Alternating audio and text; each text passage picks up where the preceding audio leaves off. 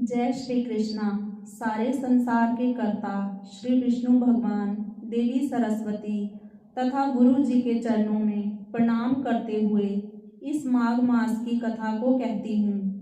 एक समय श्री सूत जी अपने गुरु श्री व्यास जी से कहने लगे कि गुरुदेव, आप कृपा करके मुझसे माघ मास का महात्म्य कहिए। व्यास जी कहने लगे कि हे सूत, अब मैं तुम्हें माघ मास का महात्म्य कहता हूँ, ध्यान से सुनो।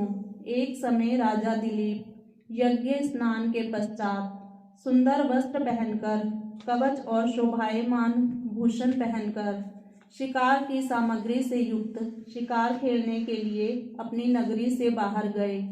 उनके सैनिक शिकार की तलाश में हिरण, चीते, शेर आदि जंतुओं की खोज में इधर उधर घूमने लगे।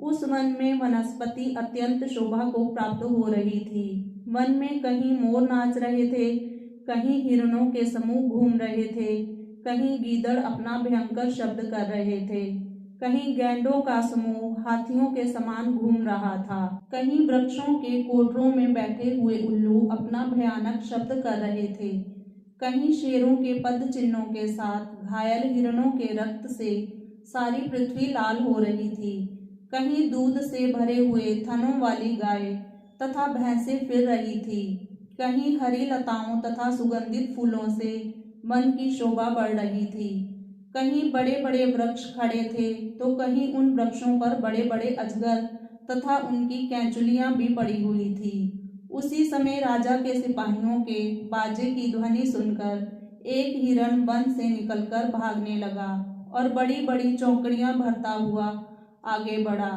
तब राजा ने उसके पीछे अपना घोड़ा दौड़ाया। हिरण कांटेदार घने वृक्षों के एक जंगल में जा घुसा। राजा ने भी उसी वन में प्रवेश किया, परंतु कुछ दूर जाकर हिरण राजा दिलीप की दृष्टि से ओझल हो गया और कहीं छिप गया। राजा निर्जन वन में अपने सैनिकों सहित प्यास के कारण बहुत दुखी हो गया। दोपहर के समय अधिक मार्ग चलने से राजा का कंठ सूख गया और मुख मलिन हो गया। सैनिक भी थक गए और घोड़े रुक गए। थोड़ी दूर पर राजा ने एक बड़ा सुंदर सरोवर देखा, जिसके चारों ओर घने वृक्ष थे। साफ और सुंदर घाट बने हुए थे। बड़े बड़े फूल खिल रहे थे। कमलनी के पत्तों से घिरे हुए कमल नीलम के समान प्रतीत हो रहे थे।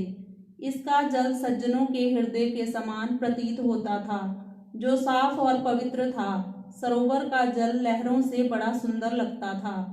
जल में अनेक प्रकार के जल जंतु, मछलियां आदि स्वच्छंदता से इधर उधर तैर रही थी। दुष्टों के चित्त जैसे निर्दयी मगरमच्छ भी थे। जैसे विपत्ति में पड़े हुए लोगों के दुख को हरने वाले महादानी पुरुषों के समान यह सब सरोवर अपने जल से सबको सुखी कर रहा था। इस सरोवर को देखकर राजा दिलीप की थकावट दूर हो गई, जैसे मेघ को देखकर पपीहे की हो जाती है। राजा और सैनिकों ने वहां जल पिया और सायं की पूजा करके भोजन आदि किया तथा रात्रि में भी राजा ने वहीं पर विश्राम किया और सैनिक पहरा देने लगे तथा चारों ओर फैल गए। रात के अंतिम समय में सूअरों के एक झुंड ने आकर सरोवर में पानी पिया और कमल के झुंड के पास आया। तब सब सैनिकों ने सावधान होकर उन पर आक्रमण किया और उनको मारकर कोलाहल करते हुए बड़ी प्रसन्नता के साथ उसमें से कुछ को लाकर राजा को सूचित किया। तब सबने नगर को प्रस्थान किया। राजा भी प्रभात हुआ देखकर उनके साथ ही नगर को चल पड़ा। मार्ग में एक ऐसे तपस्वी को देखा जिसका शरीर तपस्या के कारण बिल्कुल सूख गया था। वे मृग चर्म और वल्कल पहने हुए थे। उसके नाखून, बाल, रोम बहुत बड़े हुए थे। राजा ने ऐसे घोर तपस्वी को देखकर बड़े आश्चर्य से उनको प्रणाम किया और हाथ जोड़कर खड़ा हो गया। तब तपस्वी ने राजा से कहा कि राजन, तुम इस पुण्य दाता माघ मास में इस सरोवर को छोड़कर जाने की इच्छा करते हो। तब राजा कहने लगा कि महात्मन, मैं तो माघ मास के स्नान के फल के बारे में कुछ भी नहीं जानता। कृपा करके आप विस्तार पूर्वक मेरे को समझाइए।